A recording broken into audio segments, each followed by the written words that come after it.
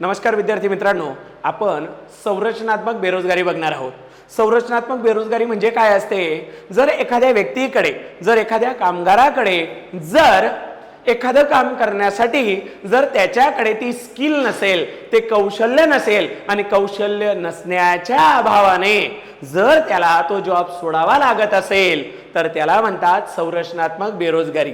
समजा एखादी कंपनी आहे, या कंपनीमध्ये एक वर्कर कायमस्वरूपी काम करतोय, मात्र त्या कंपनीच्या मालकाने त्या ठिकाणी एक कम्प्युटर आणून ठेवला आणि त्या कम्प्युटरवर सांगितलं, एक कामगाराला सांगितलं या ठिकाणी की तुला इथून पुढे ज्या काही नोंदी करायच्या आहेत, काम करायचे ते या कम्प्युटरवर करायचे आहेत। मात्र ते करण्यासाठी किंवा ते हाताळण्यासाठी त्या व्यक्तीकडे स्किल नसेल तर त्या कंडिशन मध्ये त्या कंपनीचा मालक त्या कामगाराला सांगत असते, जर तुमच्याकडे स्किल असेल तर तुम्ही काम करू शकतात, नाही तर तुम्हाला काम सोडावं लागेल। आणि त्या परिस्थितीमध्ये त्या व्यक्तीला बेरोजगार व्हावं लागतं। तीच परिस्थिती, तेच बेरोजगारी म्हणजेच संरचनात्मक बेरोजगारी असते।